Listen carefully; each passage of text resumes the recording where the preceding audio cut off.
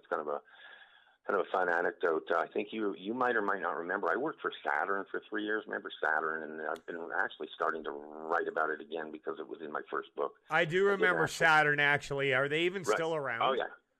No, they went out of business. In my first book, Secrets from the Inside, How to Buy a New Car Below Dealer Cost, I analyzed Saturn. This was in 1991. I analyzed Saturn as the trend that the auto industry is going to go. And it did. It changed the auto industry. They did go out of business because they were too nice to their customers. That's a show for another day.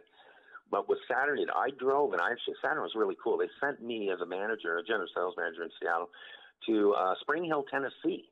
Remember that name, Saturn Corporation.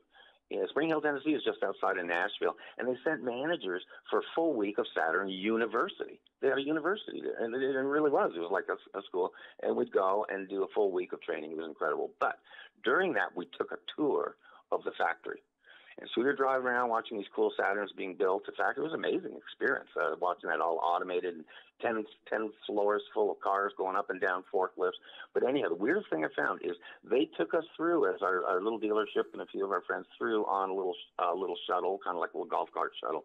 And what was weird, Mike, we went and we started doing our little tour, and then all of a sudden we were going past a workstation, and they stopped the workstation.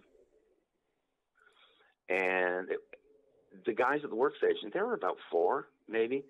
They stopped the workstation and they strolled out to us in the golf cart, in the shuttle. And they came and said, hey, folks, I appreciate you taking a tour.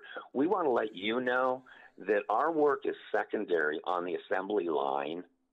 Our work is secondary. We shut it down because we want to come over to you, the dealers and the managers who sell the product, and we want to tell you that you're our customer, and we want to satisfy